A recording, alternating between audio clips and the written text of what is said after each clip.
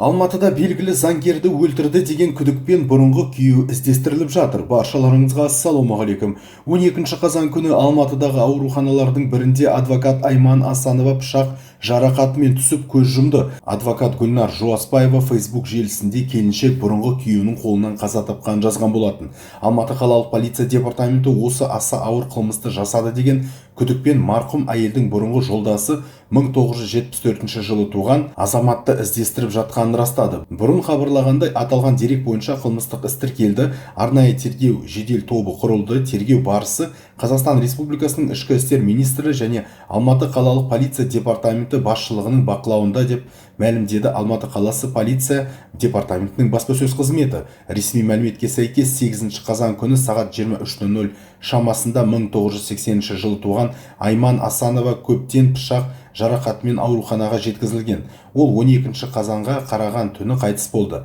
Айман Асанова заңгерлік қаржы компаниясының бас директоры болған.